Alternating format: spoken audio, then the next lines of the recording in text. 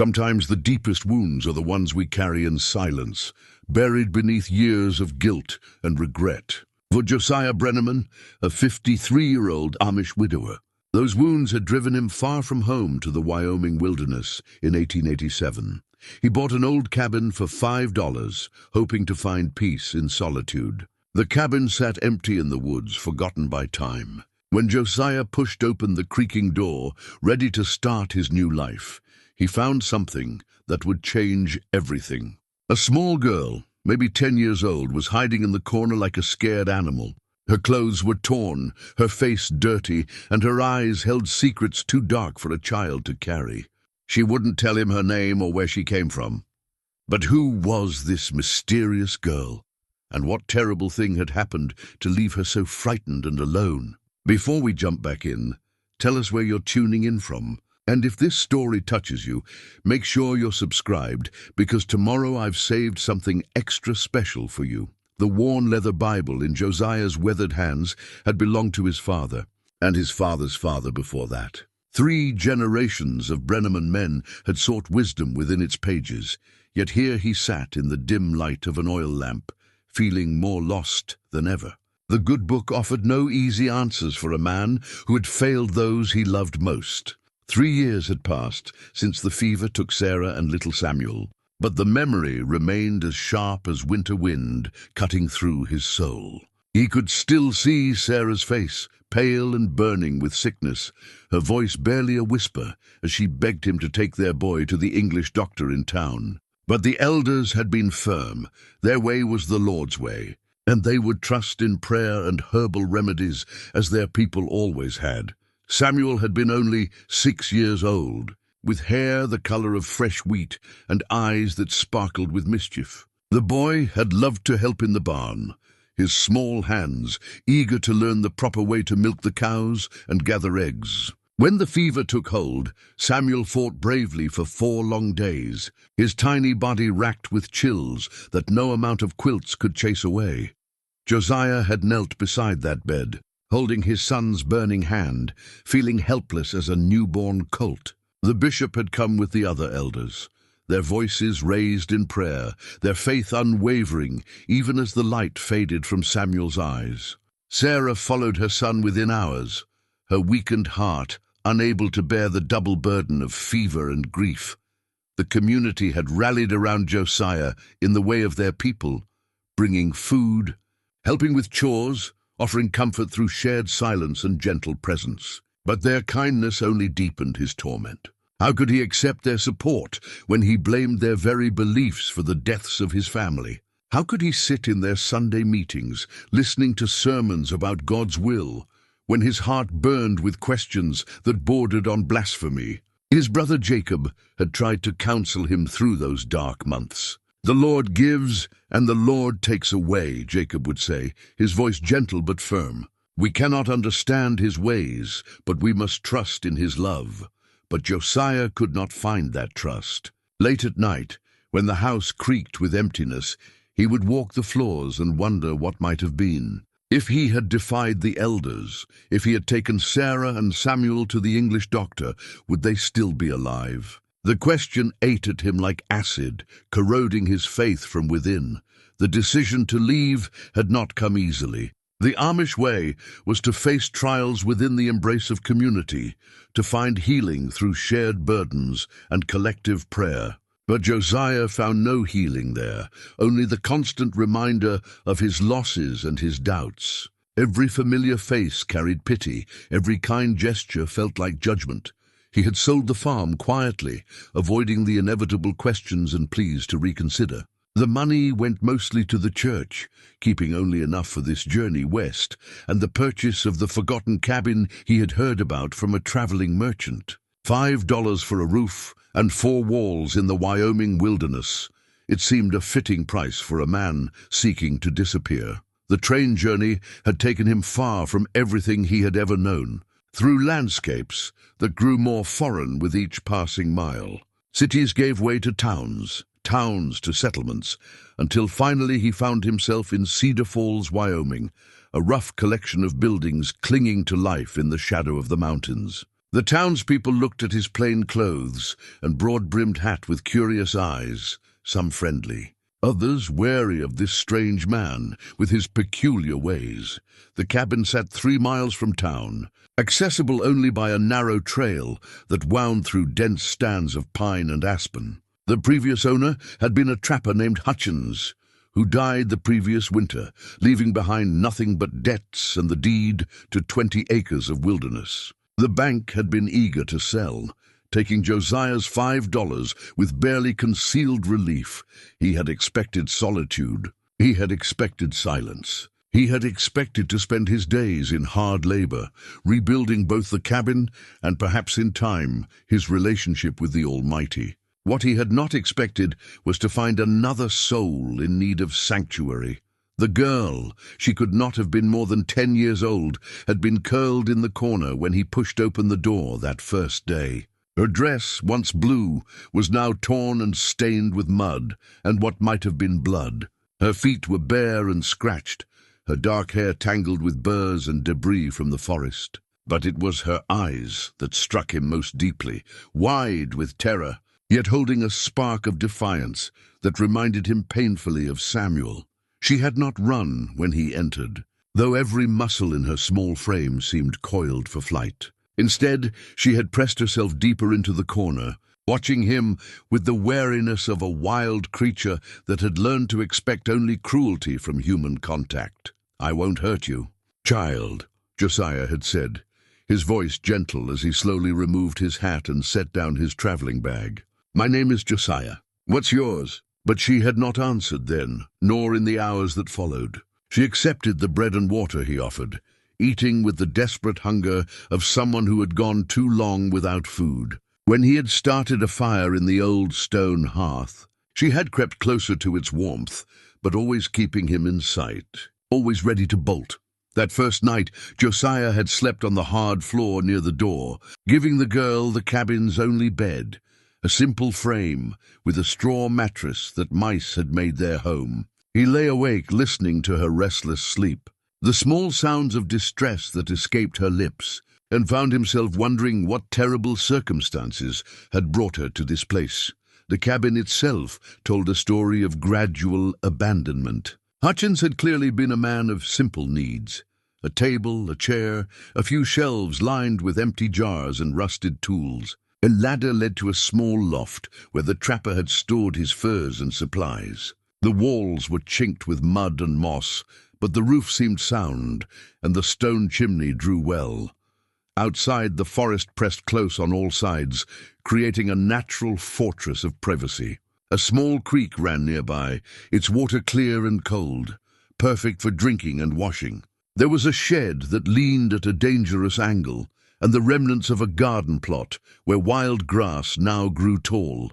It would take work to make the place truly livable, but Josiah welcomed the challenge. Physical labor had always been his way of working through difficult emotions, and there was something healing about the rhythm of hammer and saw, the satisfaction of setting right what time and neglect had damaged. On the second day, he had begun the work of repair, moving slowly and speaking softly when he needed to enter the cabin for tools or supplies. The girl watched his every movement, and he sensed that she was taking his measure, trying to determine whether he posed a threat. By the third day, she had begun to follow him outside, staying always at a safe distance, but clearly curious about his activities. When he repaired the shed's sagging roof, she crept close enough to hand him nails from the pouch at his belt. When he cleared the old garden plot, she pointed to a corner where wild strawberries grew among the weeds. These small gestures gave Josiah hope that trust might be possible between them. He began to tell her stories as he worked, sharing memories of his life in Pennsylvania, describing the farm where he had grown up and the animals he had cared for. He spoke of Samuel, though it pained him to do so, sensing somehow that this frightened child might understand loss in ways that others could not. The girl listened to these stories with an intensity that suggested she was storing away every word. Sometimes, when he described a particularly amusing incident involving a stubborn mule or an escaped pig, he caught the ghost of a smile crossing her face. These moments felt like precious gifts, small signs that the spark of childhood had not been entirely extinguished by whatever horrors she had endured. As the days passed, Josiah found himself settling into a routine that felt surprisingly natural. He would rise before dawn, as was his habit, and spend the early morning hours in silent prayer and reflection. The girl would emerge from the cabin as the sun crested the mountain peaks, accepting the breakfast he prepared, usually porridge or eggs from the wild birds' nests they had found together. The work of restoration continued throughout each day, with the girl becoming an increasingly helpful companion. She had nimble fingers that could thread wire through tight spaces, and her small size allowed her to crawl under the cabin to examine the foundation stones. More importantly, she seemed to understand the rhythm of the work, anticipating his needs and moving with a quiet efficiency that spoke of intelligence and resilience. In the evenings, they would sit by the fire while Josiah read aloud from his father's Bible. He chose the gentler passages, stories of redemption and mercy, of shepherds caring for lost sheep, and fathers welcoming prodigal children home. The girl listened intently to these readings, and sometimes he would catch her lips moving silently, as if she were memorizing the words. It was during one of these evening sessions, nearly a week after his arrival, that she finally spoke. Josiah had been reading the story of Moses being found in the bulrushes when her small voice cut through the crackling of the fire. "My mama used to read me that story." The words were barely above a whisper, but they struck Josiah's heart like a physical blow. He looked up from the Bible to find her watching him with those solemn, dark eyes, her thin hands clasped tightly in her lap. "Did she now?" He replied gently, closing the book but keeping his finger marking the place. "It's a good story." "About being found and saved?" The girl nodded slowly. "She said God always knows where his children are, even when they're lost." "Your mama sounds like a wise woman," Josiah said. "What was her name?" But the shutters came down again over the girl's face, and she turned away from him toward the fire. The moment of connection had passed, leaving Josiah with more questions than answers, but also with the precious knowledge that she could speak, that somewhere beneath her fear and trauma lay a child who had been loved and taught and cared for. That night, as he settled down to sleep on his bedroll by the fire, Josiah found himself praying for the first time since Sarah and Samuel's deaths. Not the formal prayers of his upbringing, full of these and thous and careful theology, but simple words from a man's heart to whatever power might be listening. "Lord," he whispered into the darkness, "I don't know who this child is or what she's been through, but she's here in my care now. Help me know what to do. Help me be worthy of her trust." Outside, the wind moved through the pine trees with a sound like whispered prayers, and Josiah felt something he had not experienced in 3 long years, a sense of purpose beyond his own grief, a reason to wake up tomorrow and face whatever challenges the day might bring. The torn blue dress told a story that Josiah's heart was reluctant to read. When the girl finally allowed him to examine the cuts and bruises that mottled her thin arms like ugly flowers, he had to step outside and lean against the cabin wall to steady himself. In all his 53 years, through war and peace, through the birthing of calves and the burial of loved ones, he had rarely seen evidence of such deliberate cruelty inflicted upon a child. The dress itself was quality fabric, or had been once, fine cotton with tiny pearl buttons that spoke of a family with means. But now it hung in tatters, torn in places that suggested violent hands had grabbed and pulled. The hem was muddy and frayed, as if she had run a great distance through rough country. Most troubling were the dark stains that could only be blood, some her own from the cuts and scrapes that covered her small body, but some that seemed too much, too dark, to have come from her minor wounds alone. "Child," Josiah said softly as he knelt beside the bed where she sat. Having gathered his composure and returned with clean rags and warm water from the creek, "These wounds need tending. I know something of healing. I've doctored many a hurt animal in my time, and the principle is much the same." She watched him with those solemn dark eyes as he gently cleaned the cuts on her arms and legs. Some were clearly from thorns and branches, the kind of injuries that came from running through dense forest without care for obstacles. But others were more troubling, finger-shaped bruises on her upper arms, a mark across her back that looked suspiciously like it had come from a belt or strap. As he worked, Josiah found himself thinking of Samuel at this age, how his son would come to him with skinned knees and bumped elbows, trusting completely in his father's ability to make the hurt go away. This child's stillness was different, not the relaxed trust of a loved child, but the rigid endurance of someone who had learned that crying or resistance only made things worse. "There now," he murmured as he tied a clean bandage around a particularly deep cut on her shin. "That should heal proper with a bit of time and care." It was then that she spoke the words that changed everything. "They're coming back." Her voice was barely above a whisper, but it carried the weight of absolute certainty. Josiah's hands stilled on the bandage as he looked up into her face. "Who's coming back, child?" But she had already retreated into silence, her small body tensing as if she regretted speaking at all. Josiah finished his doctoring in thoughtful quiet, his mind racing with the implications of those three simple words. Someone was looking for this girl, someone she was desperately afraid of. And whoever they were, she believed they would find her here. That night Josiah slept poorly, waking at every sound from the forest, the hoot of an owl, the snap of a twig, the rustle of wind through leaves. Each noise made him wonder if dangerous men were even now approaching through the darkness, guided by some trail only they could follow. By morning he had made his decision. The town of Cedar Falls was a rough settlement that had grown up around the railway depot and the lumber mill that processed timber from the surrounding forests. It consisted of perhaps 40 buildings scattered along the main street, a general store, a saloon, a modest church, and various businesses that served the needs of loggers, ranchers, and the occasional traveler.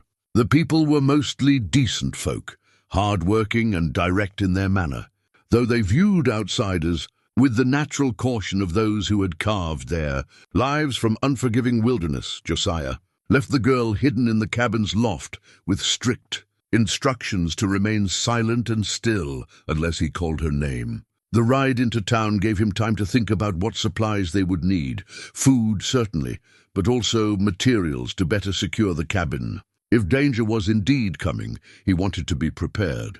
The general store was owned by a woman named Martha Hendricks, a widow in her 40s, who had taken over the business after her husband's death in a logging accident.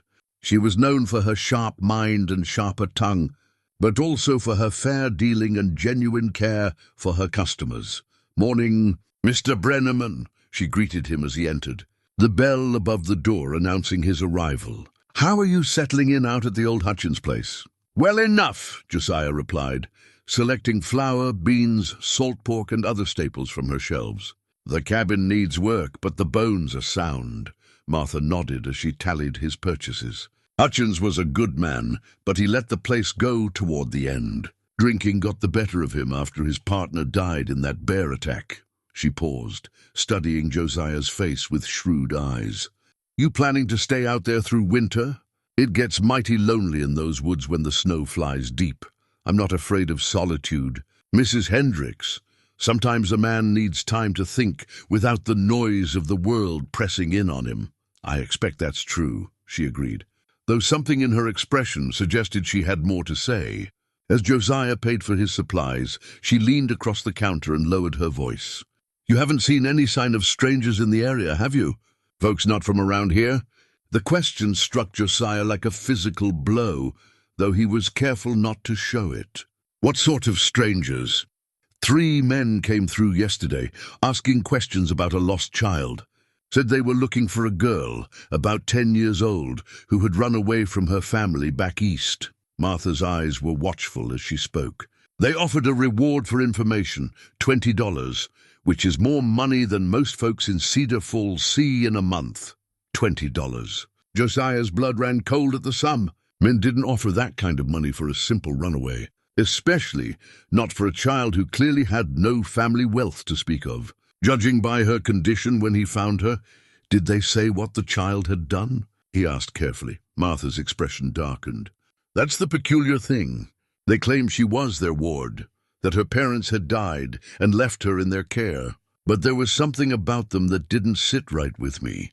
The way they smiled when they talked about finding her, it wasn't the concern of family or guardians. It was something else entirely. Josiah nodded thoughtfully, though his heart was hammering against his ribs. I haven't seen any child in the woods, but I'll keep watch. $20 is a substantial reward. Indeed it is, Martha agreed. Though I told them the same thing I'm telling you, a child alone in these mountains wouldn't last long. The bears are still active this time of year, and there's plenty of other dangers besides. As Josiah loaded his supplies onto his wagon, his mind churned with new understanding. The girl's terror made perfect sense now. She hadn't run away from family. She had escaped from something far worse. The bruises, the blood on her dress, the way she flinched when he moved too quickly, all of it pointed to a child who had suffered at the hands of cruel men. The ride back to the cabin seemed to take forever, though Josiah forced himself to maintain a steady pace that wouldn't draw attention. Every rider he passed on the trail made his pulse quicken. Every shadow in the forest seemed to hide watching eyes. By the time he reached the cabin, he had made another decision, one that would have seemed impossible just days before. He was going to protect this child, no matter the cost. Emma, he called softly as he entered the cabin, using the name he had decided to give her until she chose to share her real one. You can come down now. She emerged from the loft like a ghost, moving with the silent grace of someone who had learned to avoid detection. When she saw the supplies he had brought, her eyes widened with something that might have been hope. Emma, he said, kneeling so that his face was level with hers, I need you to listen carefully to what I'm going to tell you. There are men in town looking for you.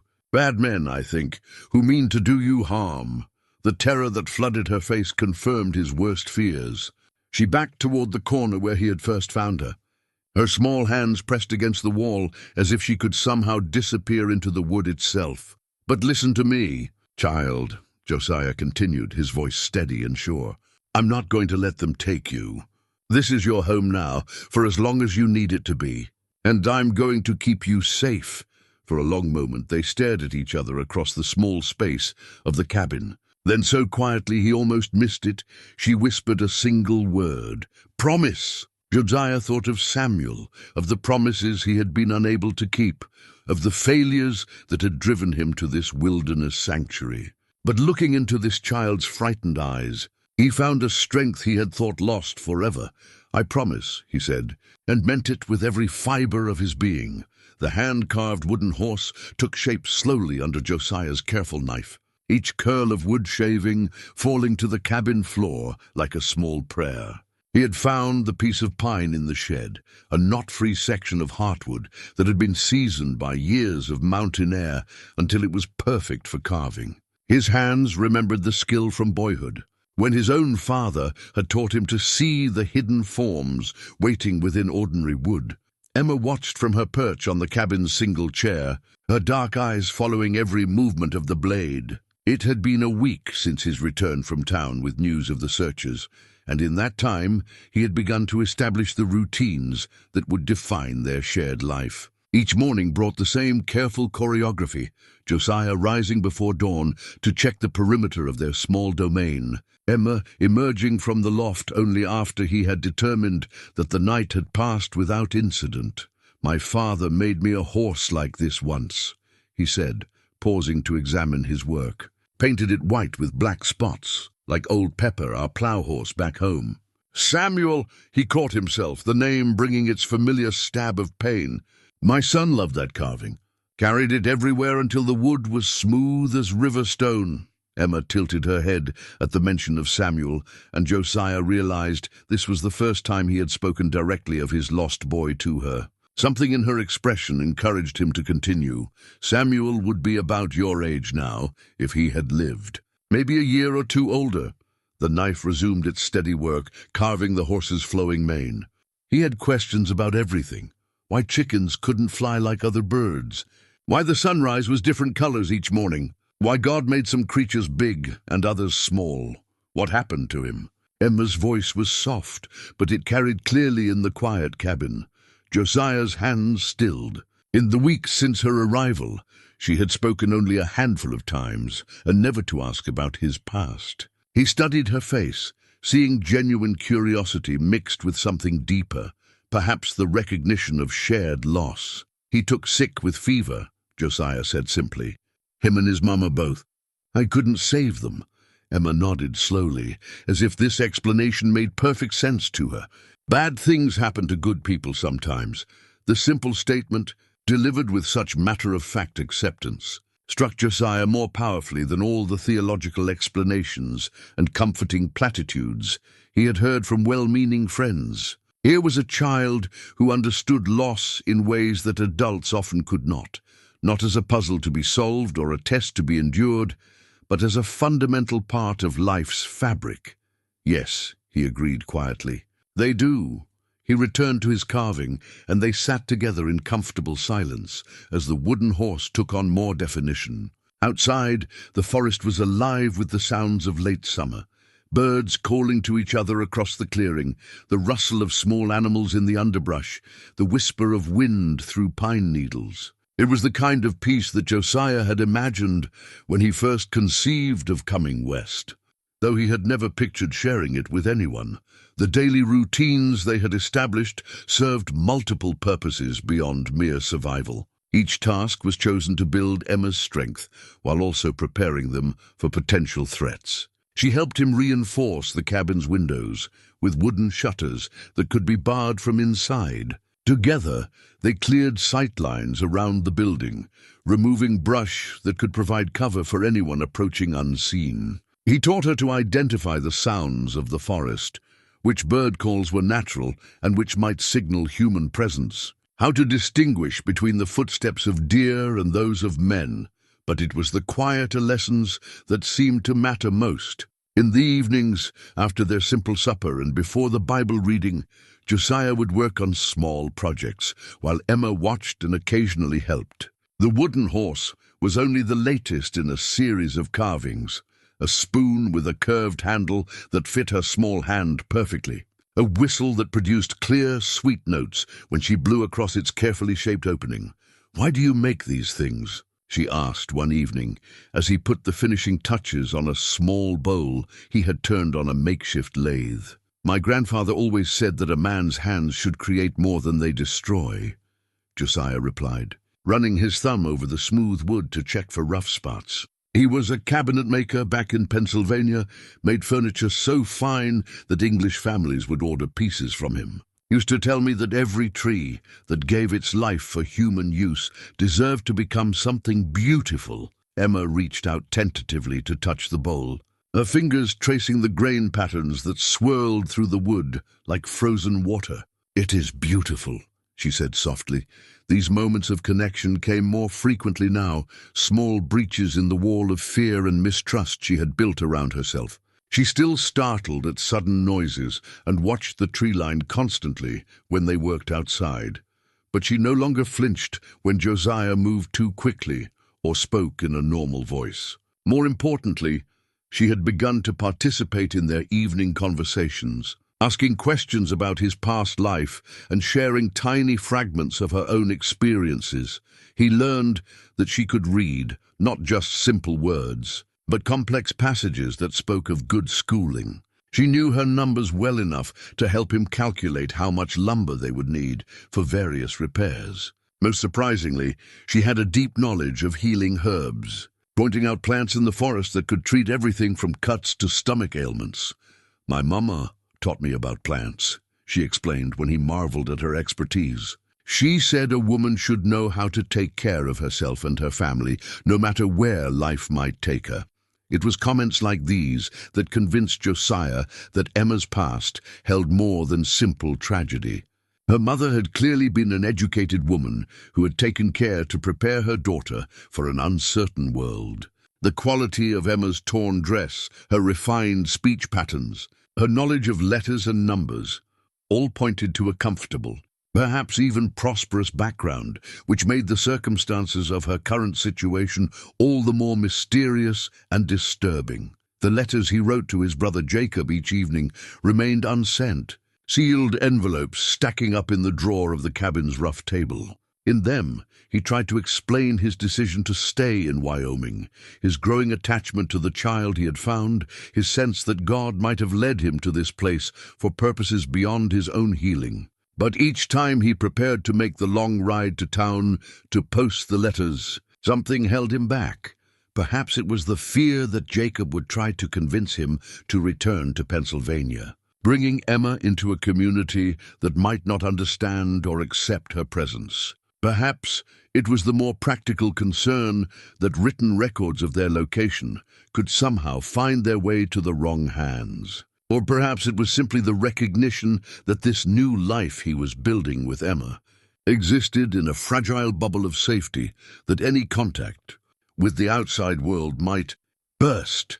As he put the finishing touches on the wooden horse, Josiah found himself remembering a conversation with his father from many years before. They had been working together in the barn, repairing a broken wagon wheel, when young Josiah had complained about the tedious nature of the task. Every worthwhile thing takes time and patience. "Son," his father had said, not looking up from his careful work, "whether you're raising a crop or raising a child, you can't rush the process without damaging the result." Now, watching Emma's face light up as he handed her the completed carving, Josiah understood the wisdom in those words more deeply than ever before. This frightened, damaged child was like a wounded bird that would heal only with patience and gentle care. Push too hard or too fast, and she would retreat back into the protective shell of silence and fear. But give her time and space to trust, and she might yet learn to fly again. The wanted poster stared back at Josiah from the wall of Martha Hendrick's general store, like an accusation written in ink and cheap paper. Above a crude sketch that nevertheless captured Emma's distinctive features, bold letters proclaimed, "Missing, reward $50. Have you seen this child?" $50? The amount made Josiah's blood turn to ice water in his veins. 5 times what the 3 men had originally offered, suggesting either desperate urgency or the involvement of someone with considerably deeper pockets. He forced himself to read the description with the careful attention of a man who had nothing to hide. Though his heart hammered so loudly, he was certain Martha could hear it from behind the counter. Emma Catherine Walsh, age 10, last seen in vicinity of Colorado Springs. Blonde hair, brown eyes, approximately 4 feet tall. Believed to be traveling alone after becoming separated from family during Indian raid. Contact Sheriff Coleman immediately if seen. Child may be frightened and in need of medical attention. The lies were so smoothly crafted that Josiah might have believed them himself if he hadn't seen the terror in Emma's eyes, hadn't tended the deliberate wounds on her small body. Indian raid. It was a convenient explanation that would stir sympathy while discouraging too many questions. And the name Emma Catherine Walsh told him nothing except that someone had done their research carefully enough to provide plausible details. Terrible thing, isn't it? Martha said, appearing at his shoulder with the quiet step that had made her successful in business. That poor child lost out there in the wilderness. Though I have to say, this new poster tells a different story than those 3 men who came through last week. Josiah kept his expression carefully neutral. How so? Well, they claimed she was their ward, that her parents had died and left her in their care. Now this poster says she's got family looking for her after an Indian raid. Martha's sharp eyes studied Josiah's face as she spoke. Makes a person wonder which story is true, don't it? "I suppose there could be confusion in such circumstances," Josiah said carefully. "Tragedy often breeds misunderstanding." Martha nodded, but something in her expression suggested she wasn't entirely convinced. "The sheriff seems mighty interested in finding this child. I'll give him that. Rode out himself yesterday to talk to the homesteaders in the valley, asking if anyone had seen sign of a lost girl." Sheriff Coleman. Josiah filed the name away for future reference, though he hoped he would never need to use it. A lawman actively searching for Emma changed the stakes considerably. It was one thing to hide from bounty hunters or criminals, quite another to evade legitimate authority. He completed his purchases quickly, adding supplies that might be needed for an extended stay in hiding, extra ammunition for his rifle, medical supplies, and preserved foods that would keep through winter if necessary. If Emma's pursuers were escalating their search, he needed to be prepared for a long siege. The ride back to the cabin seemed endless, each bend in the trail potentially concealing watching eyes, each shadow in the forest a possible threat. When he finally reached their sanctuary and saw Emma emerge safely from her hiding place in the loft, he felt a relief so profound it left him momentarily weak. "What's wrong?" she asked immediately, her sharp eyes taking in his expression. Something happened in town. There was no point in trying to hide the truth from her. She was too intelligent and too experienced in reading danger to be fooled by false reassurance. He showed her the poster, watching as her face went pale beneath its coating of mountain tan. $50, she whispered, staring at the number as if it were a death sentence. "Emma," Josiah said gently, "I need you to tell me the truth about who you are and what happened to you. I can't protect you properly if I don't understand the danger we're facing." For a long moment, she stood frozen, the poster trembling in her small hands. Then, as if a dam had finally burst, the words began to pour out of her. "My name really is Emma, but not Emma Walsh. Emma Cartwright. My papa owned a silver mine in Colorado.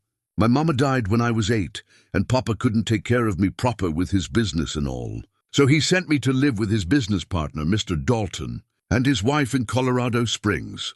Josiah nodded encouragingly, though a chill was settling in his bones as he began to understand the scope of what they were dealing with. "Mr. Dalton was always nice when Papa was around," Emma continued, her voice dropping to barely above a whisper.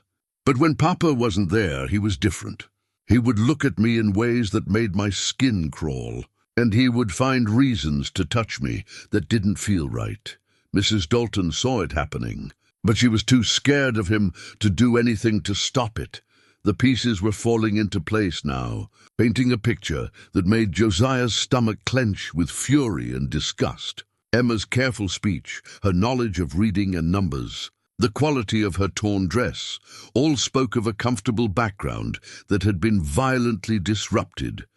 "What happened the night you ran away?" he asked gently. Emma's hands tightened around the poster until her knuckles went white. "Papa came to visit unexpectedly. He found Mr. Dalton in my room, doing things—" She shuddered and couldn't continue for a moment. Papa was so angry. There was shouting and then fighting, and then Mr. Dalton pulled out a gun. Josiah closed his eyes, already knowing how this story would end. "He shot Papa," Emma whispered. "Right there in front of me. And then he told me that if I ever told anyone what really happened, he would kill me too. He said we would tell everyone that Papa died in an accident, and that I was so upset I ran away and got lost." "But you didn't stay to play along with his story," Josiah observed. Emma shook her head violently. "I heard him talking to Mrs. Dalton after they thought I was asleep. He said Papa's mine would be his now, and that I was too dangerous to keep alive because I knew the truth. He was planning to take me out into the mountains and make it look like the Indians got me. So you ran. That very night, I climbed out my bedroom window and ran as far and as fast as I could. I walked for days, hiding during the day and traveling at night, eating berries and drinking from streams. When I found this cabin, I thought it was empty, and I could hide here until I figured out what to do next." Josiah looked at the poster again, seeing it now with complete understanding. Dalton had murdered Emma's father, and was now using law enforcement to hunt down the only witness to his crime. The man clearly had resources and connections. $50 was serious money, and getting a sheriff involved suggested either bribery or an extremely convincing story. "Emma," he said carefully, "is there anyone else who would believe your story? Family members, friends of your father?" She shook her head miserably. "Papa didn't have any family left except me. All his friends were business associates who worked with Mr. Dalton too. They would never believe a child over a respected businessman. The hopelessness of their situation settled over Josiah like a heavy blanket. They were facing a wealthy, connected man who had already committed murder and would not hesitate to kill again to protect his secret. Worse, he had the law on his side, making Emma appear to be the victim rather than the witness to his crimes. But as Josiah looked at the frightened child before him, he felt something stir in his chest that he had not experienced since Samuel's death, a fierce, protective instinct that burned away doubt and fear like morning sun burning off fog. "Then we'll have to be very careful and very smart," he said firmly. "But I meant what I promised you, Emma. I'm not going to let them hurt you." That evening, as they sat by the fire after their simple supper, Josiah found himself studying Emma's face in the flickering light. Now that he knew her real story, he could see traces of the pampered child she had once been beneath the wariness and fear. Her hands, though calloused now from weeks of hard work, still moved with a delicate precision that spoke of piano lessons and careful upbringing. Her vocabulary, when she forgot to be cautious, included words that most frontier children would never have encountered. "What was your papa like?" he asked as he worked on a new carving, a bird this time, its wings spread as if in flight. Emma's face softened with memory. "He was kind but always busy. The mine took up most of his time, and he traveled a lot on business. But when he was home, he would read to me every night and tell me stories about when he was young." Her voice grew wistful. "He promised that when I got older he would teach me about the business. Said there was no reason a smart woman couldn't run a mine as well as any man." "He sounds like a good father." "He was trying to be," Emma said quietly. "I think he felt guilty about sending me away, but he didn't know what else to do after Mama died. He thought Mr. and Mrs. Dalton would take better care of me than he could." Josiah nodded, understanding the terrible irony of father's attempt to protect his child, ultimately putting her in greater danger. It was a reminder that good intentions were not always enough, that sometimes the choices that seemed wisest could lead to tragedy. "Emma," he said, setting down his carving to look at her directly, "I want you to know that what happened to you, what Mr. Dalton did, none of that was your fault. Not your papa's death, not your having to run away, none of it." Tears gathered in her eyes, the first he had seen from her since that very first day. "Sometimes I think if I'd been braver, if I'd fought back or screamed louder, maybe Papa would still be alive." "No, child," Josiah said firmly, moving closer to place a gentle hand on her shoulder. "You were just a little girl facing a grown man with a gun. The only reason you're alive now is because you were smart enough and brave enough to run when you had the chance. Your papa would be proud of how you survived." The tears came freely then, weeks of suppressed grief and terror finally finding release. Josiah held her while she cried, his own eyes burning with unshed tears for this brave child and the father who had died trying to protect her. Outside, the wind moved through the pines with a sound like whispered prayers. And for the first time since Samuel's death, Josiah felt the presence of something larger than his own pain, a purpose that might yet redeem the failures of his past. The blood-stained locket lay in Emma's small palm, like a secret waiting to be told. She had carried it with her through her desperate flight from Colorado Springs, hidden beneath her torn dress against her heart, and only now, after weeks of growing trust, was she ready to share its significance with Josiah. "This was my mama's," she said softly, her thumb tracing the delicate gold filigree that decorated the oval case. "Papa gave it to her on their wedding day, and she wore it every day until she died."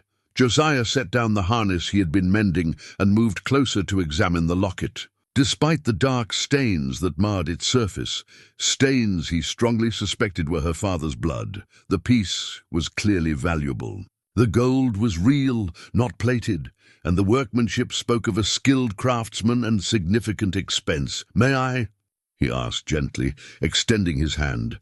Emma hesitated for only a moment before placing the locket in his weathered palm. With careful fingers, he pressed the tiny catch that held it closed. and the case opened to reveal a photograph of a beautiful young woman with Emma's distinctive dark eyes and delicate bone structure. "She looks like you," he observed, noting the same stubborn set to the jaw, the same intelligent sparkle in the eyes.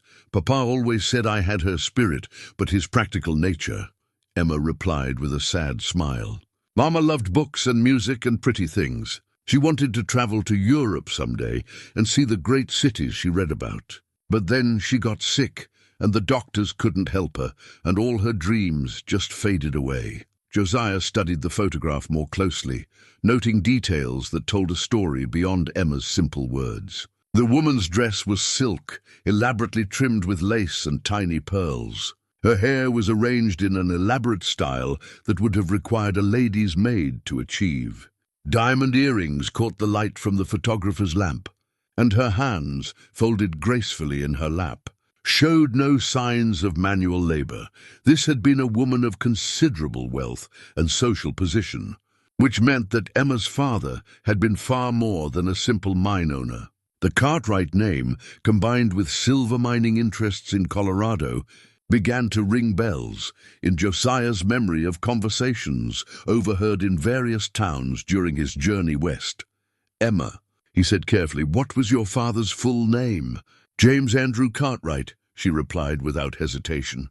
"But everyone called him Jim, except for business partners and such." The name hit Josiah like a physical blow. Jim Cartwright wasn't just a mine owner.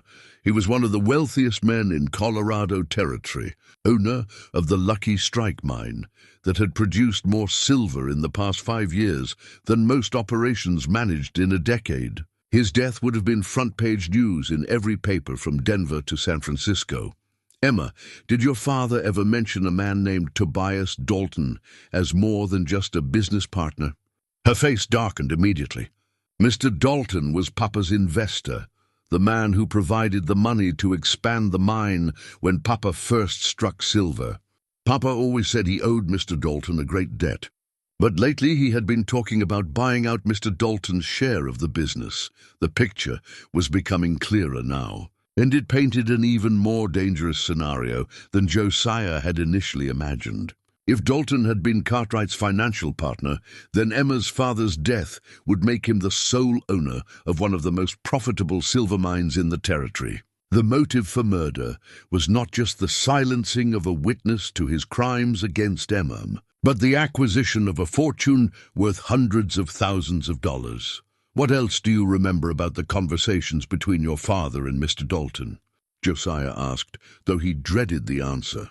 Emma's brow furrowed in concentration. Papa had been acting strange for weeks before he died. He would lock himself in his study for hours, going over papers and writing letters. And he had been asking me questions about Mr. Dalton, whether the man had ever made me uncomfortable, whether Mrs. Dalton had ever said anything unusual. He suspected something was wrong. I think so. And I think Mr. Dalton knew that Papa was suspicious. The last few times they met, there was tension between them that even I could feel. Papa had stopped bringing me to Mr. Dalton's house for visits, and when Mr. Dalton came to see Papa, I was always sent to my room. Josiah closed the locket gently and handed it back to Emma, his mind racing with the implications of what she had told him. If her father had been investigating Dalton's behavior, there might be evidence somewhere, papers, letters, or records that could prove Dalton's guilt. But such evidence would be worthless without Emma's testimony, and getting her safely to authorities who would believe her story seemed increasingly impossible. "Emma, did your father have any close friends outside of his business associates? Anyone who might have suspected that his death wasn't accidental?" She shook her head sadly. Papa was friendly with lots of people, but he didn't have time for close friendships. The mine and his business concerns took up all his time, especially after Mama died. He used to say that making money was easy, but making time for the things that mattered was the real challenge. As they sat together in the growing dusk, Josiah found himself thinking about the cruel ironies of fate. Here was a child who had lost everything: her mother to illness, her father to murder, her security and innocence to a predator's greed. yet she possessed more courage and resilience than many adults he had known. The way she had survived her escape, the intelligence with which she had found shelter, the dignity with which she bore her losses, all spoke to a strength of character that her wealthy upbringing had somehow failed to soften. "You know," he said, beginning to work again on the bird carving he had started the previous evening, "your mama would be proud of the young woman you're becoming." Emma looked at him with surprise. "How can you know that?" "Because any woman who could raise a daughter brave enough to escape killers and smart enough to survive alone in the wilderness must have been pretty remarkable. Herself," he paused in his carving to meet her eyes, "and any woman who could win the love of a man like your father, a man successful enough to build an empire, but caring enough to worry about his daughter's happiness. Well, that tells me she had excellent judgment about people." For the first time since he had known her, Emma smiled. Not the cautious half-smile she occasionally offered, but a genuine expression of warmth that transformed her entire face. In that moment, Josiah caught a glimpse of the happy, secure child she had been before tragedy struck, and he felt a fierce determination to help her find that happiness again. "Do you really think we can stay safe here?" she asked, her hand unconsciously moving to touch the locket where it hung once again around her neck. Josiah looked around their small sanctuary, the sturdy cabin walls, the well-stocked shelves, the rifle hanging over the fireplace, and then at the brave child who had become the center of his world. Outside, darkness was falling over the forest, bringing with it the possibility of danger, but also the promise of another day survived. "I think," he said carefully, "that we're going to do everything in our power to make sure you grow up safe and free. Your papa didn't die in vain, if we can see to that." The telegraph message arrived on a Tuesday morning when frost still glittered on the cabin windows like scattered diamonds. Josiah had made one of his increasingly rare trips to town for supplies, and Martha Hendricks met him at the door of her store with an expression that immediately put him on alert. "Got a wire for you?" "Mr. Brenneman," she said without preamble, holding out the yellow paper with obvious reluctance. "Came in yesterday from Pennsylvania. I hope it's not bad news." Josiah accepted the telegram with hands that remained steady despite the ice forming in his veins.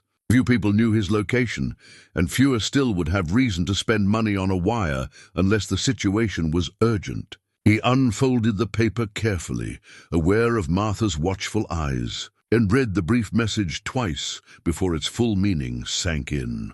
Josiah stopped 3 men asking questions. "About you and missing child, stop claim to be lawman. But something not right, stop suggest caution, stop Jacob." The words seemed to leap off the page like accusations. Somehow, Emma's pursuers had traced her connection to him all the way back to Pennsylvania, which meant they had resources and determination far beyond what he had imagined. Worse, they were impersonating law enforcement officers, giving them authority and credibility that would make their search far more effective. "Everything all right?" Martha asked, though her tone suggested she already knew the answer. "Family concerns," Josiah replied, folding the telegram and slipping it into his coat pocket. "Nothing that can't be handled with time and patience," but Martha was too observant to be fooled by his casual tone. "Funny thing, Mr. Brenneman, those 3 men who were asking about the missing child came back through town yesterday, still offering that $50 reward. But now they're saying they're U.S. Marshals working on a federal case." The blood drained from Josiah's face, despite his efforts to remain composed. "Marshals, you say?" "That's what they claimed, though I have to say they didn't look much like any federal lawmen I've ever seen. More like the kind of men you'd find in the saloons of Deadwood or Tombstone, if you ask me." Martha's sharp eyes never left his face. Sheriff Coleman seemed impressed enough by their credentials, though. Gave them permission to search any property in the county where a child might be hiding. The trap was closing around them with methodical precision. Emma's pursuers had evolved from simple bounty hunters to fake lawmen, with official sanction to search wherever they chose. It was only a matter of time before they reached the old Hutchins place, especially if they were conducting a systematic search of every homestead in the area. I suppose they'll be quite thorough in their search, Josiah said carefully. I suspect they will be, Martha agreed. Though I did mention to them that anyone hiding up in those mountains better be well prepared for winter. Gets mighty cold up there when the snow starts flying, and we're already into October. There was something in her tone that made Josiah look at her more closely. Martha Hendricks was known throughout Cedar Falls for her sharp business sense and her ability to read people like books. If she was dropping hints about winter preparations, it might be her way of offering a warning disguised as casual conversation. I suppose anyone planning to winter in the high country would need to stock up soon, he replied, playing along with her indirect communication. Indeed they would. Of course, a man who was truly prepared might already have laid in supplies for a long, quiet season, might not need to come to town again until spring, if he was careful about his resources. The message was clear. Martha suspected he was harboring Emma, and she was advising him to go to ground until the search passed. Whether her motivation came from dislike of the fake marshals or simple human decency, Josiah couldn't be sure, but he was grateful for the warning. He completed his purchases quickly, adding items that would help them survive an extended period of isolation: extra ammunition, medical supplies, preserved foods, and warm clothing suitable for a growing child.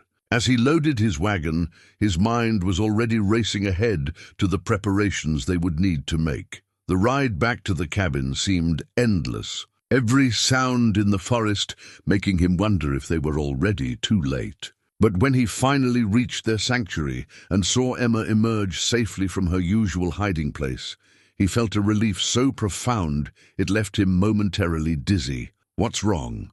she asked immediately, reading his expression with the uncanny accuracy she had developed over their weeks together. He showed her the telegram and explained Martha's warning. Watching as her face went pale with fear and determination in equal measure, "They found us," she whispered. But there was no despair in her voice, only the grim acceptance of someone who had learned that safety was always temporary. "Not yet," Josiah corrected firmly. "But they're getting close, which means we need to make some difficult decisions." They spent the rest of that day and most of the next preparing for what might be an extended siege. Emma proved remarkably capable at such preparations, her small hands helping to move supplies to hidden caches throughout the surrounding forest. If their cabin was discovered and searched, they would still have resources to fall back on, but it was the discovery of Josiah's war chest that changed everything between them. That Emma had been helping him move supplies to the loft when she accidentally knocked over a loose floorboard, revealing a carefully wrapped bundle beneath. When the oiled cloth fell away, it exposed a collection of items that told a story Josiah had hoped never to share. A Union Army uniform, carefully cleaned and folded, a captain's bars that gleamed despite their age, and most significantly, a Medal of Honor on its distinctive blue ribbon. "You were a soldier," Emma said, her voice filled with wonder rather than fear. Josiah knelt beside her, his weathered hands touching the medal with obvious reluctance. "I was, during the war between the states. I commanded a company of Pennsylvania volunteers. What did you do to earn this?" she asked, pointing to the Medal of Honor. The question hung in the air between them, like smoke from an old fire. Josiah had never spoken of that day at Antietam, had never described the desperate charge that had saved his men but cost the lives of dozens of Confederate soldiers. The medal represented both his greatest moment of courage and his deepest shame, the day he had learned that he was capable of killing with efficiency and precision that terrified him. "I saved my men," he said simply, "but I killed many others to do it." Emma studied his face with those knowing dark eyes that seemed far too old for her years. "Is that why you became Amish? Because you felt guilty about the killing?" The child's perception took his breath away. "Yes," he admitted. "I thought if I could live a life of peace and simplicity, I could somehow balance the scales for what I had done. But you couldn't save your own son." The words, though spoken without cruelty, hit him like a physical blow. But instead of anger, He felt a strange sense of relief at having his deepest failure acknowledged so directly. "No," he said quietly. "I couldn't save Samuel or Sarah. I had learned how to kill, but not how to heal the ones I loved most." Emma reached out and touched the medal with one small finger. "Maybe that's why you found me," she said thoughtfully. "Maybe God wanted to give you another chance to save someone." The simple faith in her words, coming from a child who had every reason to doubt divine providence, struck Josiah with the force of revelation. Perhaps his journey west had not been a flight from failure, but a movement toward redemption. Perhaps Emma's presence in his life was not coincidence, but purpose. The Medal of Honor lay between them like a bridge across an impossible gulf of understanding. Emma held it carefully, turning it over in her small hands as if it were made of spun glass rather than bronze and ribbon. The blue silk showed signs of age, but had been meticulously cared for, and the eagle embossed on the medal's face seemed to stare at them both with accusing eyes. "Tell me about the day you earned this," Emma said softly, her voice carrying none of the fear he had expected. Instead, there was something like hunger in her tone, a need to understand the man who had become her protector.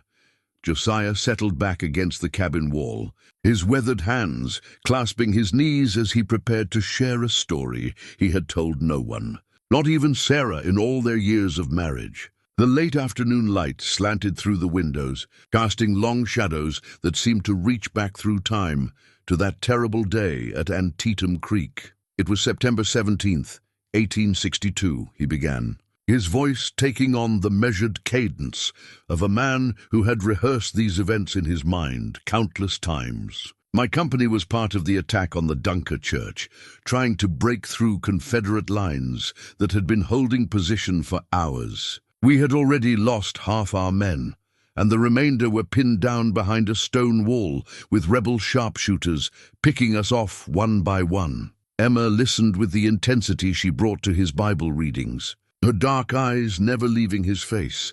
The order came down to retreat. "But I could see that if we pulled back, the company to our left would be completely exposed. They would be slaughtered." Josiah's voice grew quieter, as if speaking too loudly might wake the ghosts of that battlefield. "So I made a decision that went against everything I had been taught about following orders and preserving your own men." "What did you do?" "I led a charge straight into the Confederate position. 23 men followed me across that field, knowing we probably wouldn't come back." The memory was so vivid he could almost smell the gunpowder and hear the screams. "We took that position, but it cost us everything. Only 7 of my men survived, and I killed more enemy soldiers in those 10 minutes than I care to remember." Emma was quiet for a long moment, absorbing this information. When she finally spoke, her words surprised him. "You saved the other company, didn't you? The one that would have been slaughtered." "Yes. 43 men lived because of what we did." "Then you made the right choice," she said, with the certainty that only children possess. "My papa always said that sometimes doing right means making hard choices that other people might not understand." Josiah looked at this remarkable child who had suffered more in her 10 years than many adults endured in a lifetime, yet still possessed the moral clarity to see past his guilt to the lives he had saved. It was a perspective that years of self-recrimination had blinded him to. "The thing is, Emma, I discovered something about myself that day that terrified me more than any enemy bullet." He paused, searching for words to explain the revelation that had changed his life. "I found out that I was good at killing, not just capable of it in desperate circumstances, but actually skilled at it in a way that came naturally. When I saw those Confederate soldiers, I didn't hesitate. I didn't pray for guidance or wrestle with the morality of taking human life. I simply calculated the most efficient way to eliminate the threat." Emma studied the medal again, running her thumb across its surface. "But you stopped being a soldier after the war. You became Amish and chose peace." "I tried to," Josiah corrected. "But you can't unsee what war shows you about yourself. I joined the Amish community, hoping their commitment to nonviolence would help me bury that part of my nature." But it was always there, waiting just beneath the surface. Is that why you couldn't take your son to the English doctor? Because you were afraid of what you might become again if you broke the rules? The question hit him like a physical blow, partly because of its accuracy and partly because he had never been able to articulate the connection himself. His rigid adherence to Amish principles hadn't just been about faith, it had been about fear. Fear that any deviation from their path of absolute pacifism might awaken the killer that still lived inside him. I think, he said slowly, that I was so afraid of that part of myself that I became paralyzed by it. I thought if I could be perfect in my pacifism, I could somehow erase what I had done, what I was capable of doing.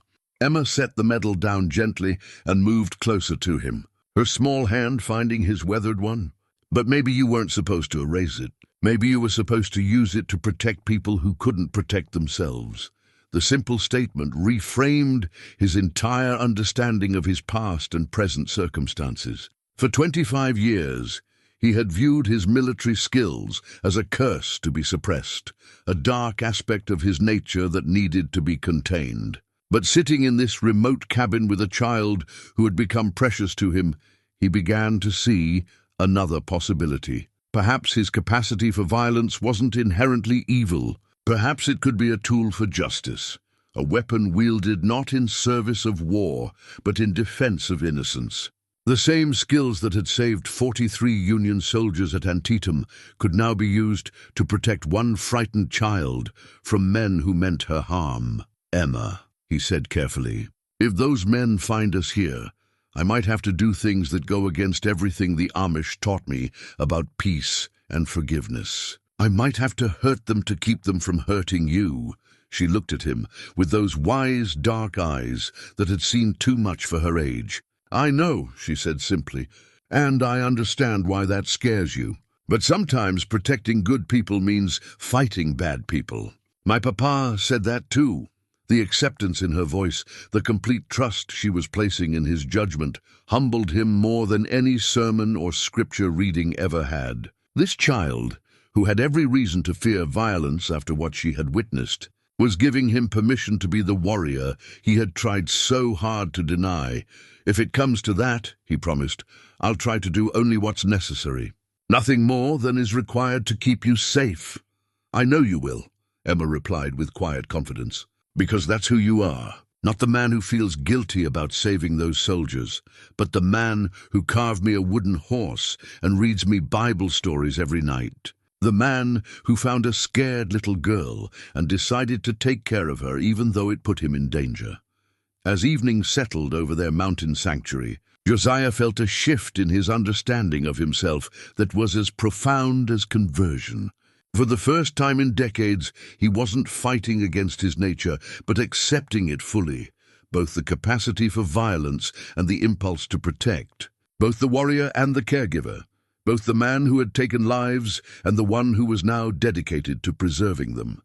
The Medal of Honor no longer felt like a burden when he packed it away. Instead, it felt like a promise, a reminder that courage sometimes required terrible choices, but that such choices could be made in service of something greater than oneself. Outside, the first snow of winter began to fall, each flake catching the lamplight like tiny stars. Soon, the mountain passes would be closed, and travel would become difficult, giving them a natural barrier against their pursuers. But Josiah no longer counted solely on winter weather and isolation to keep them safe. If Dalton's men found them, they would discover that the quiet Amish widower was not as defenseless as he appeared. They would learn, perhaps too late, that some shepherds were prepared to fight wolves with more than prayers and good intentions.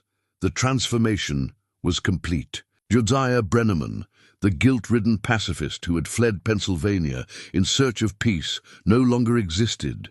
In his place stood a man who had found his purpose in protecting the innocent, even if that protection required him to embrace the very skills he had spent decades trying to forget.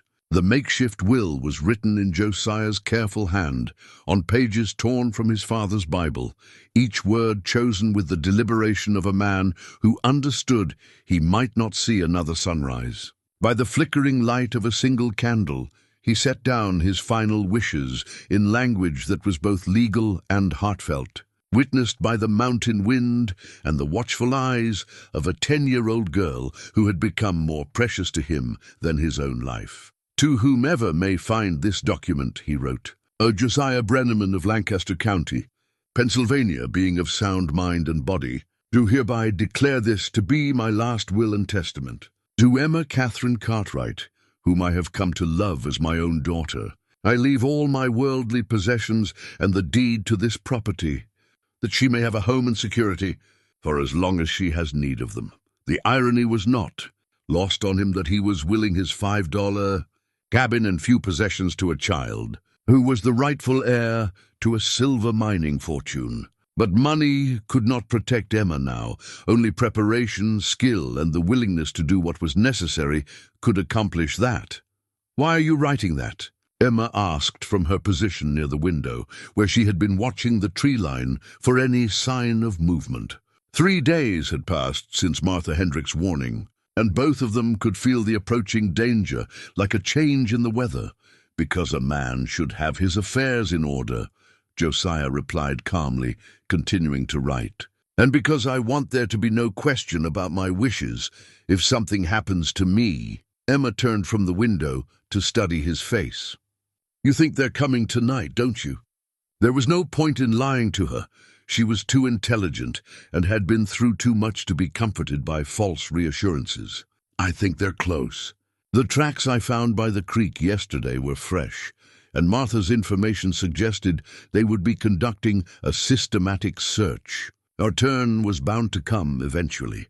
He had spent the past 2 days preparing for this possibility with the same methodical attention to detail that had once made him an effective military commander. The cabin's windows were now reinforced with thick wooden shutters that could stop small arms fire. He had cleared fields of fire around the building, giving himself clean sightlines while eliminating cover for attackers. Most importantly, he had prepared multiple escape routes and cached supplies at various points throughout the surrounding forest. Emma had proven to be an invaluable assistant in these preparations. Her small size allowed her to crawl through spaces that would be impossible for an adult, and her sharp eyes had spotted potential vulnerabilities that he might have missed. More than that, her calm acceptance of their situation and her quiet determination to help had given him strength when doubt threatened to undermine his resolve. If they do come, he said, setting down his pen and looking at her directly, I need you to promise me that you'll do exactly as we practiced. No matter what you hear or see, you stay in the loft until I call for you or until you're certain they've taken me away. Then you go to the cache by the big pine and wait for 3 days. If I don't come for you by then, you take the supplies and head for the railway depot. Tell them your story and ask them to wire the federal marshals in Denver, the real ones, not the men who are hunting you. Emma nodded solemnly, though he could see the fear flickering behind her composed exterior. What if they hurt you? The question hung between them like smoke from a dying fire. Josiah had been asking himself the same thing, weighing the odds and possible outcomes with the tactical mind that 20 years of peace had not quite been able to erase. 3 men against 1, with the advantage of surprise and superior numbers on their side. His own advantages were knowledge of the terrain, better defensive position, and the driving motivation to protect someone he loved.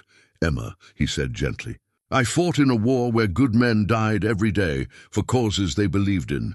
I've made my peace with the possibility that I might not survive this night. But I promise you this, I will not make it easy for them, and I will not let them take you without a fight that they'll remember for the rest of their lives. The child studied his face with those dark eyes that seemed to hold depths of understanding far beyond her years. I'm not afraid, she said quietly. Not for myself, anyway. If something happens to you, I'll find a way to survive. You've taught me enough for that. But I don't want to lose another papa. The simple statement struck him more powerfully than any elaborate declaration of affection could have. In her mind, he had become her father, just as she had become his daughter in all the ways that mattered. The realization filled him with both fierce joy and terrible responsibility. "You're not going to lose me," he said with more confidence than he felt.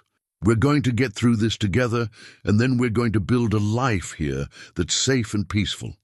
I promise you that." As if summoned by his words, a sound drifted through the forest that made both of them freeze, the distant whinny of a horse, followed by the soft jingle of harness and the muffled voices of men trying to move quietly through unfamiliar terrain. Josiah was on his feet instantly, his hand moving to the rifle that hung above the fireplace, while his eyes met Emma's across the small space of the cabin. All their preparation and planning came down to this moment, and he felt the familiar calmness that had once served him well on the battlefield settle over his mind like a comfortable coat. "Go," he whispered, and Emma moved with silent efficiency toward the ladder that led to the loft. Before she disappeared into the shadows above, she paused and looked back at him. "I love you, Papa," she said, the word coming naturally despite the circumstances that had brought them together. "I love you too." "A daughter," he replied, and meant it with every fiber of his being. As Emma vanished into the loft, Josiah moved to the window and carefully lifted one corner of the wooden shutter. In the pale moonlight, he could see 3 figures moving through the trees about 50 yards from the cabin, their movements careful but not entirely silent. They were clearly trying to surround the building, which suggested a level of tactical thinking that elevated them above common criminals. The leader was a tall, thin man with a carefully maintained beard and clothes that marked him as someone with money and education. This would be Dalton himself, Josiah realized, the man who had murdered Emma's father and was now risking his own safety to silence the only witness to his crime. The other 2 were clearly hired muscle, the kind of men who could be found in any frontier town for the right price. Josiah watched their approach with the detached professionalism of a soldier evaluating enemy forces. They were reasonably competent, but they lacked the discipline and coordination that came from real military training. More importantly, they were operating in unfamiliar territory, while he was defending ground he had studied and prepared for weeks. The first test came when they reached the cleared area around the cabin. Josiah had deliberately left certain approaches that appeared to offer concealment, while actually exposing anyone using them to crossfire from multiple windows. As expected, 2 of the men moved toward these apparent blind spots, while the leader approached the front door directly. "Brenneman!" Dalton called out, his cultured voice carrying easily through the mountain air. "We know you're in there, and we know you have the child. There's no need for this to become unpleasant. We're here on official business, and all we want is to return a lost girl to her family." Josiah remained silent, counting heartbeats while he tracked the movement of the 2 flanking men through gaps in the shutters. Patience had been one of the first lessons of warfare. Never reveal your position or capabilities until absolutely necessary. "Mr. Brenneman," Dalton continued, his tone becoming slightly less cordial, "I'm going to assume you're a reasonable man who doesn't want trouble with federal law enforcement. We have warrants for the child's return, and we're authorized to use whatever force is necessary to execute those warrants. Make this easy on yourself and send the girl out now." Still, Josiah held his silence. The 2 flanking men were now in position at the cabin's corners, though they didn't realize how exposed they were to his carefully planned fields of fire. Dalton stood perhaps 20 feet from the front door, close enough for conversation, but far enough to provide some protection if shooting started. "I know you can hear me, Brenneman." Dalton's voice was rising now, tinged with the frustration of a man accustomed to getting his way through intimidation. "You're harboring a federal fugitive, and that makes you an accessory to kidnapping. Come out now with the child, and we'll make sure you're treated fairly by the courts." It was the word courts that finally prompted Josiah to respond, because it confirmed what he had suspected from the beginning. These men had no intention of letting either him or Emma live to testify about what they had seen and heard. "I hear you just fine," he called back, his voice calm and measured. "But I'm afraid there's been a misunderstanding. The child you're looking for isn't here. Dalton's laugh was harsh and without humor. "Do you take me for a fool? We've been tracking you for weeks. We know she's in there, just as we know you've been hiding her since the day you found her. Now stop wasting my time and send her out, or we're coming in to get her." "That would be a mistake," Josiah replied, his tone still conversational but carrying an undertone of steel that made the two flanking men shift nervously in their positions. "I'm a peaceful man by nature, but I'm also a practical one. And practical men don't hand over children to men who won't identify themselves properly or show proper warrants. We showed our credentials to the sheriff in Cedar Falls," Dalton snapped. "That's all the authorization we need in this county." "Perhaps," Josiah agreed, "but this isn't the county road, and I'm not the county sheriff. This is my property, and I'm the man with the rifle pointed at your chest. So I'll ask you one more time. Identify yourselves properly and state your business or get off my land." The silence that followed was heavy with tension and possibility. In the loft above, Emma listened to every word while her small hands clutched the wooden horse Josiah had carved for her. Outside, 3 dangerous men weighed their options, while a former Union Army captain prepared to defend ground that had become more precious to him than life itself. The moment of truth had arrived, and all the preparation in the world could not predict how the next few minutes would unfold. The hunting rifle felt familiar in Josiah's weathered hands, its weight and balance awakening memories that 25 years of peaceful living had not quite erased. He had hoped never to aim this weapon at another human being, had prayed that his days of violence were buried with the Confederate soldiers at Antietam. But as he watched Dalton signal his men to prepare for assault, Josiah understood that some battles chose the warrior rather than the other way around. "Last chance, Brenneman," Dalton shouted, his cultivated veneer of civility finally cracking to reveal the ruthless killer beneath. "Send out the girl or we're coming in shooting." Through the gap in the shutters, Josiah could see the 2 flanking men raising their weapons, pistols rather than rifles, which told him they expected close-quarters fighting inside the cabin. They were confident in their numerical advantage, and certain that a simple farmer would be no match for hired gunmen. It was exactly the kind of overconfidence that had cost many Confederate officers their lives during the war. "Emma," he called softly toward the loft, knowing his voice would carry to her hiding place, "remember what I taught you about staying low and keeping quiet. No matter what happens next, you wait for my signal." Her whispered response drifted down like a prayer. "Yes, Papa." The word gave him strength for what was coming. This was no longer about his own survival or even his personal redemption. This was about protecting his daughter from men who would destroy her innocence and silence her voice forever. The clarity of purpose was both terrifying and liberating. Dalton's patience finally snapped. "Take the cabin!" he barked to his men. "Kill the old man and bring me the girl alive!" The attack came from 3 directions simultaneously, but Josiah was ready for it. The first flanking man reached the cabin's east window, just as Josiah put a rifle bullet through the wooden shutter and into his chest. The man dropped without a sound, his pistol clattering uselessly against the cabin wall. The second attacker, hearing his partner fall, hesitated for a crucial moment at the cabin's corner. It was exactly the mistake Josiah had hoped for in that instant of uncertainty. He shifted position and put his second shot through the man's shoulder, spinning him around and sending him sprawling in the dirt. But Dalton was no amateur. Instead of charging the front door like his men, he had circled around to approach from an unexpected angle. While Josiah was dealing with the flankers, Dalton kicked in the cabin's back door and burst inside with his pistol drawn. "Drop the rifle, old man." Dalton snarled, his weapon trained on Josiah's back. "Turn around slowly and keep your hands where I can see them."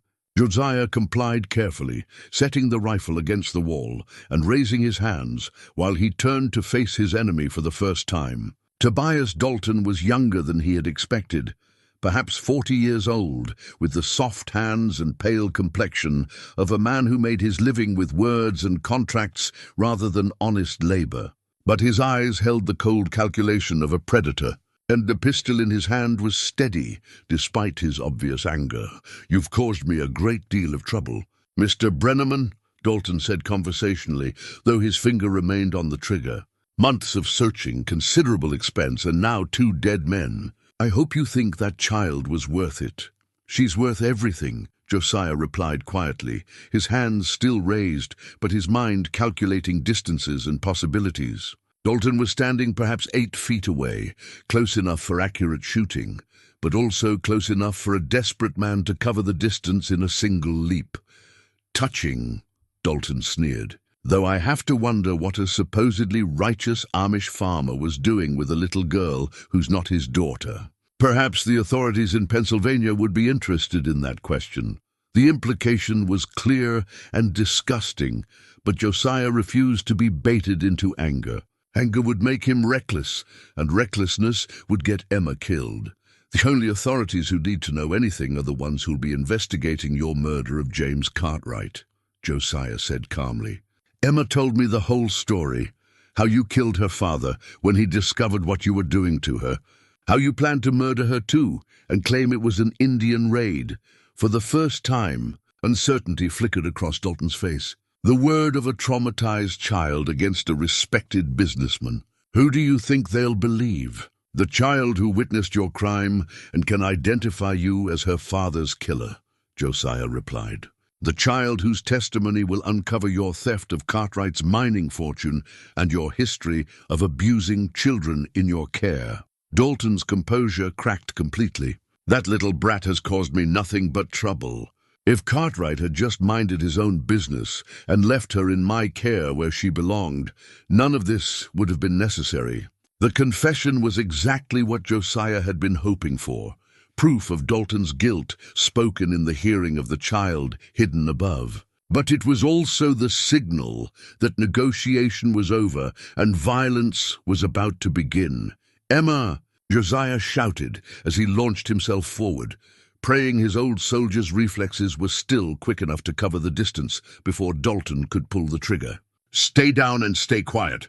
The pistol roared in the confined space of the cabin, but Josiah was already moving, his shoulder driving into Dalton's midsection and sending both men crashing to the floor in a tangle of limbs and desperation. The wooden cross that had hung above the fireplace for decades splintered into fragments as the 2 men crashed into the stone hearth, their struggle for survival shattering the symbol of faith that had watched over the cabin through seasons of peace and solitude. Josiah felt the sharp edges of broken wood cut into his back as he grappled with Dalton for control of the pistol. Both men understanding that whoever emerged victorious would determine Emma's fate. Despite his soft appearance, Dalton fought with the desperate strength of a man who had everything to lose. His mining wealth, his social position, his very freedom depended on silencing the child who had witnessed his crimes. He drove his knee upward, trying to break Josiah's grip on his gun hand, while his free fist hammered at the older man's ribs. But Josiah had learned to fight in circumstances where defeat meant death. And that knowledge flowed back into his muscles like water returning to a dried riverbed. He absorbed Dalton's blows while systematically working to control his opponent's weapon, using leverage and positioning rather than brute strength to gain advantage. The pistol discharged again as they rolled across the floor, the bullet splintering the cabin door and letting in a shaft of moonlight that illuminated their struggle.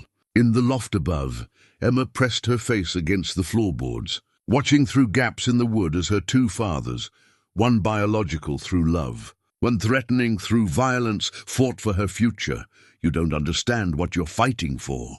Dalton gasped as Josiah's thumbs found the pressure points in his wrist, forcing his grip on the pistol to weaken. "That girl is worth a fortune.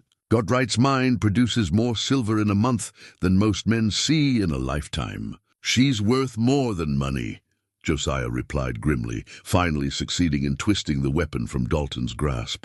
The pistol skittered across the floor, coming to rest against the cabin's far wall, too far for either man to reach without breaking their deadly embrace. Freed from the immediate threat of being shot, Both men rose to their feet and circled each other like wolves, preparing for a final assault. Dalton pulled a knife from his boot, a gambler's weapon with a narrow blade designed for concealment rather than honest work. Josiah had no weapon except his hands, but those hands remembered lessons learned in the muddy fields of Virginia and Pennsylvania. "You're old, Brenneman," Dalton taunted, weaving the knife in small, hypnotic patterns. "Past 50 and soft from years of farming. You think you can match a man in his prime?" Instead of responding to the provocation, Josiah focused on reading his opponent's body language, the slight shift in weight that telegraphed an attack, the tightening of muscles that preceded movement, the subtle changes in breathing that revealed fear beneath bravado. War had taught him that the man who talked most was usually the one who was most afraid. Dalton's attack, when it came, was fast and vicious, but ultimately predictable. He lunged forward with the knife extended, aiming for Josiah's heart with the confidence of someone who had used such weapons before. But Josiah sidestepped at the last moment, grabbing Dalton's wrist and using the younger man's momentum to send him stumbling past. The move left Dalton off balance and exposed. Josiah could have broken his neck with a single, precise blow, the kind of killing stroke that had ended many Confederate lives at Antietam. Instead, he chose a different path. His fist connected with Dalton's temple with just enough force to send the man crashing unconscious to the floor, the knife spinning away harmlessly. In the sudden silence that followed, Josiah stood over his fallen enemy, breathing hard and staring down at the man who had murdered Emma's father and terrorized an innocent child. The old Josiah, the guilt-ridden pacifist who had fled Pennsylvania in search of peace, would have tied up his prisoner and waited for proper authorities to arrive. But that man no longer existed. This Josiah understood that some threats were too dangerous to leave alive, that some evil was too persistent to be contained by law and justice. Dalton had resources, connections, and the ruthlessness to continue hunting Emma for as long as he drew breath. If he lived, he would never stop trying to silence the witness to his crimes. Above them in the loft, Emma watched as her protector knelt beside the unconscious killer and checked for signs of life. She saw him find Dalton's pulse, saw him consider the possibilities that stretched out before them, saw him make the hardest choice of his life.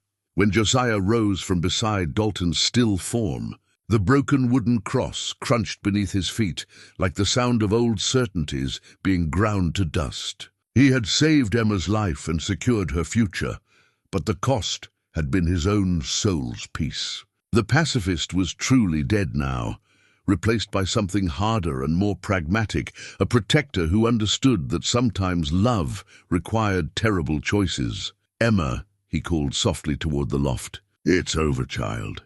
You can come down now." Her small face appeared at the edge of the loft, eyes wide with shock and relief in equal measure. "Is he dead?" Josiah looked down at Dalton's motionless form and then back up at his daughter. "He can't hurt you anymore," he said simply. "That's all that matters." But they both knew it was more complicated than that, and in the days to come, they would have to find a way to live with the knowledge of what love had cost them both. The deed of adoption lay on the kitchen table like a promise made manifest, its official seal and careful legal language transforming what the heart had already known into something the world would recognize. 6 months had passed since that terrible night when violence had visited their mountain sanctuary, and the document before them represented the final step in a journey that had begun with a $5 cabin and a frightened child hiding in its shadows. Emma Catherine Brenneman. She had chosen to take his name, just as he had chosen to make her legally his daughter, traced the letters of her new identity with one finger, her face bright with the joy of belonging somewhere at last. "It's really official now?" she asked, though she had asked the same question 3 times since the lawyer from Cheyenne had ridden away with his payment and his promises of discretion. "As official as law and love can make it," Josiah replied, settling into his chair with the careful movements of a man whose 54 years had been filled with more labor and worry than most. The winter had been hard on both of them in different ways. But spring had brought healing along with the return of green things to their mountain home. The cabin looked different now, transformed from a temporary shelter into a proper home through months of steady work. Emma's touch was evident everywhere: wildflowers in mason jars on the windowsills, curtains sewn from fabric they had ordered from the catalogue, books arranged on shelves that Josiah had built to accommodate her growing library. The federal marshal who had finally come to investigate Dalton's disappearance had found a scene of domestic tranquility that bore no resemblance to the desperate hideout he had expected. That investigation had been the most dangerous weeks of their new life together, fraught with questions that had to be answered carefully and a story that had to be told with precise attention to which truths were safe to share. Josiah's military record had ultimately saved them. When the marshal discovered that the quiet mountain farmer was actually a decorated Civil War veteran, his account of defending his adopted daughter from dangerous men carried the weight of established honor.